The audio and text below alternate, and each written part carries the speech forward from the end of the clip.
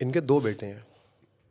हम अनंत को देख रहे हैं जिस पे बचपन से प्रेशर है। एक तो वो अस्थमा का पेशेंट है, स्टेरॉइड्स पे रहा है लंबे समय से, बचपन से। पूरी दुनिया ने उसकी बॉडी शेमिंग शुरू कर दी। That was very sad. ठीक है, और उस पे जो प्रेशर अभी है, वो अभी जो कुछ कर रहा है वो सिर्फ इसलिए उससे कराया जा रहा है कि उसका पिता जो है वो ये साबित कर दे कि मैं इस देश का सबसे बड़ा उद्योगपति हूं, ना कि गौतम भाई पोर्ट वाले। मैं हूं, और क्या है ये तमाशा। और मैं अपने इस बेटे की ब्रांडिंग कर दूं और ये पहले भी कोशिश हो चुकी है। कंपनी के कार्यक्रम में लॉन्च कर रहे थे जब बेटों को, तो दोनों बेटों की स्पीच करवाई थी जियो के। ठीक है, वहां भी अनंत का मजाक बना। ठीक, अब ये नई ब्रांडिंग हो रही है, और ये ब्रांडिंग के 2 हिस्से हैं। एक अनंत की ब्रांडिंग कि अगर वो बिजनेस नहीं कर पाता है तो कल को एक एम्पैथ, एक क्या कहते हैं, एक बड़ा वैसा शब्द है ना वो, जो लोग बहुत दान वान करते हैं, अजीम प्रेम जी, फिलैंथ्रोपी, बड़ा अंग्रेजी जो है, अंग्रेजी अपने आप में देखिए कितनी लीड भाषा है। अमीर आदमी जब दया करता है, दान करता है, तो फिलैंथ्रोपिस्ट कहलाता है। गरीब आदमी शरीर से काम करता है लोगों के लिए, जब उसके पास पैसे नहीं होते हैं अपनी हड्डी तो रिश्तेदारों के यहाँ, शादियों में, हर जगह वो हाथ पैर से ज्यादा काम करता है, क्योंकि वो सोने का जेवर नहीं दे सकता गिफ्ट में। वो फिलैंथ्रोपिस्ट नहीं है। जिसके पास होगा देने के लिए, जब वो अपनी सारी अयाशी कर लेगा, बड़ा सा महल बना लेगा, तब बचे हुए में से कुछ दे देगा, वो फिलैंथ्रोपी है। हाँ, सरप्लस में से, जिसमें उसका ना खून ना पसीना, कुछ नहीं गया, नहीं है। तो जो उसके तिजोरी में सड़ रही है रद्दी या मेटल, वो उसमें से देगा, वो फिलैंथ्रोपी है। जब तक कर्ण राजा नहीं बना है तब तक वो सूत पुत्र है। जब वो राजा बन जाता है तब वो दानवीर कर्ण हो जाता है। तो ये हमारी ये बेईमानी है समाज की पूरे।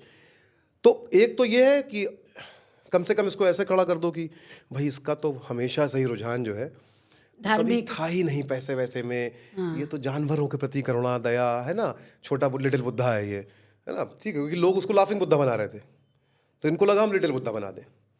भाई पहली बार तो ये शुरू हुआ था, बॉडी शेमिंग हुई, सब हुआ, सब बदतमीजी हुई। क्या करें हम?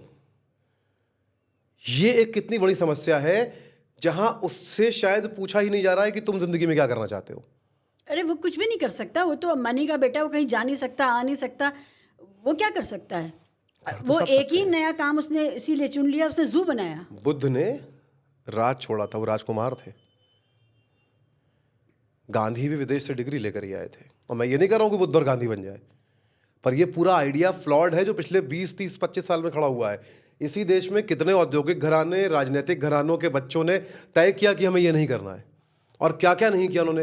राजीव गांधी क्या कर रहे थे संजय गांधी के मरने के पहले, माफ कीजिएगा, मृत्यु के पहले, दुर्घटना के पहले? क्या वो पॉलिटिक्स में थे? नहीं।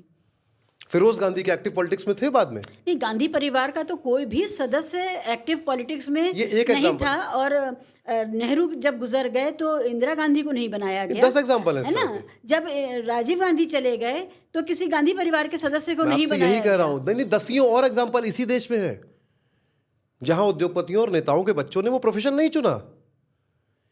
ये टिपिकल जो आइडिया है, देखिए समझिएगा, जो परिवारवाद की बात इतनी होती है और पूरे कांग्रेस को परिवारवाद के लिए कहा जाता है, फिर तो आप वो पूरी डॉक्ट्रिन ही शैटर कर दे रहे हैं। समझिएगा ये होता क्यों है। जब आप पैसा कमाते हैं और अमीर होते चले जाते हैं, और आप पैसा जो है हर उस जगह लगाते हैं जहां से आप उसका 10 गुना, 20 गुना, 1000 गुना बना पाए, लेकिन उस पूरे समय के साथ जब आप फाइनेंशियल ग्रोथ कर रहे हैं, आप फाइनेंशियली अमीर होते जा रहे हैं, आप उस प्रोसेस के साथ एक जो दूसरा प्रोसेस है जिसे हम कहते हैं डीकंडीशनिंग, जब वो नहीं हो रहा है, तो यानी कि आपके अंदर जो जाति का अभिमान और संकीर्णता है वो वैसे ही बनी रहेगी। लेकिन अब तो बढ़ाई जा रही है, अब तो आपको पंप इन की जा रही है। लेकिन वहां वैसे ही बनी हुई है पहले से, स्टेरॉइड्स में वहां पहले से बनी हुई है। जब दोनों भाइयों के बीच विवाद हुआ संपत्ति को लेकर पिता की, और वहां भी 2 भाई थे जिसमें से एक बिजनेस में अच्छा था, एक नहीं था। नहीं था का एग्जाम्पल हम देख चुके हैं, दिवालिया होने का केस डाल के कोर्ट में बैठा है, और उसी को रफाल की डील मिली है जो दिवालिया है। ठीक है, एक भाई अच्छा था बिजनेस में, एक नहीं था, एक बड़ा था, चला उसको भी गया। ठीक करने की और सक्सेसफुल बनाने की कोशिश कर रहे हैं हमारे सरकार के लोग, तो उसमें क्या दिक्कत है? सरकार के लोग क्या, अब तो मुकेश भाई भी कर रहे हैं, उन्होंने कंपनियां खरीद के टेक ओवर करके। हाँ ठीक है, लेकिन नहीं, इसलिए कि कोर्ट में उन्होंने ये कहा कि एक नेता हैं जो आपके पहले सांसद थे यहीं आप ही के इलाके से, वो वकील भी हैं बहुत बड़े, चांदनी चौक से सांसद थे, दोबारा नहीं जीते, तो वो वकील भी हैं बहुत बड़े, तो उन्होंने ही जो है कोर्ट में वकील थे वो, तो उन्होंने कोर्ट में कहा कि मेरे क्लाइंट के पास मेरी फ़ीस देने के पैसे नहीं है, वो अपनी पत्नी के गहने जो है वो बेच के मेरी फ़ीस दे रहे हैं वो छोटे ये भाई के कह लिए। रहे थे कि मेरी फीस इतनी ज़्यादा है, वो ये नहीं कह रहे थे वो हाँ हाँ, इसलिए उनको फिर डील दे दी गई हवाई जहाज़ बनाने की, फाइटर क्राफ्ट की, गरीब? लेकिन सब बन के आए थे वहाँ से। खैर तो तो हाँ, तो अनिल भाई जो हैं, तो एक भाई बिजनेस में अच्छा था, एक नहीं था। यहाँ भी वही है। अब मुझे वकील से याद तो आया, मुकेश भाई को पता है कि अगर एक भाई बिजनेस में अच्छा हो और एक ना हो, तो आप संपत्ति बांट भी दोगे तो दूसरे को बर्बाद होना है, तो फिर इवेंचुअली बड़े वाले को हेल्प करनी होगी। तो इसको पहले से ही वहां सेट करो, धीरे धीरे धीरे धीरे, जहां कोई सवाल ही ना पूछे बिजनेस को लेके। ये तो एक बात है, लेकिन जो बात मैं कर रहा था कि आप तो पिछले 30-40, इन्होंने तो भयानक ग्रोथ की है ना। जब आप देखिए बाहर के देशों में और यहाँ में, भारत पाकिस्तान या सब कॉन्टिनेंट जो है, यहाँ क्या फ़र्क है?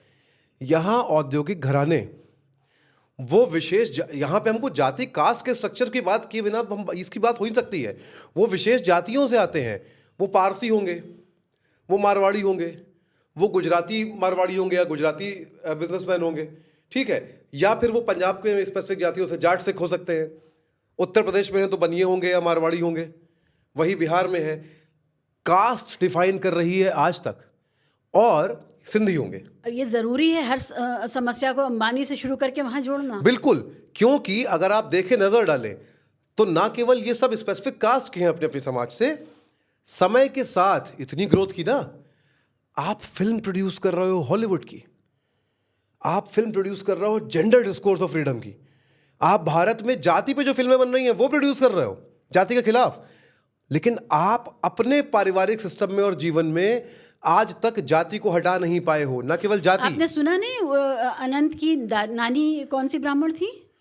उन्होंने 3-4, हाँ मैं वही कह रहा हूं। हाँ। तो आप इसको समझिएगा, ये क्या समस्या, ये सब हो क्यों रहा है, ये जो परिवारवाद है। मुझे ये बताइए, हाँ। आप इस पर क्यों नहीं बात करते कि राधिका मर्चेंट सरनेम है, ये कोई जाति का सरनेम नहीं है, तो वो जाति से बाहर गए हैं। क्योंकि जाति में उतनी अमीर लड़की थी नहीं, और वो बचपन की दोस्त है, और जाति की व्यवस्था में हम ये भूल रहे ये हैं। तो अप्रिशिएट कीजिए कि राधिका मर्चेंट देखिए, सरनेम। मनु की जो वर्ण व्यवस्था है उसमें स्त्री की कोई जाति नहीं है ना, पहले पिता की जाति है, विवाह के बाद पति की जाति है। तो फिर ये लव जिहाद का मसला क्या है फिर इतना बड़ा? किसका?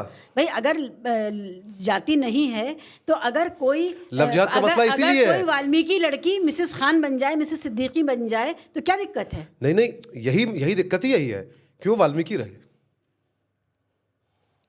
तो अब राधिका सारे वाल्मीकि मर्चेंट, खान बन जाएंगे तो वर्ण व्यवस्था का क्या होगा? भट्टा बैठ जाएगा उसका। तो जब कोई नीचे नहीं बचेगा तो कोई ऊपर कैसे रहेगा? अमीर के बहरहाल ये बहुत अमीर के अमीर complicated हो रहने रहा। की मुझे शर्त वकील ये पे है, वापस आना है। शक्तिशाली के शक्तिशाली रहने की शर्त ये है कि कमजोर रहे। जब तक गौरैया का खून नहीं होगा तब तक गिद्धों के लिए शक्ति का प्रमाण पत्र पे साइन नहीं हो सकते हैं, उसके खून से ही होंगे।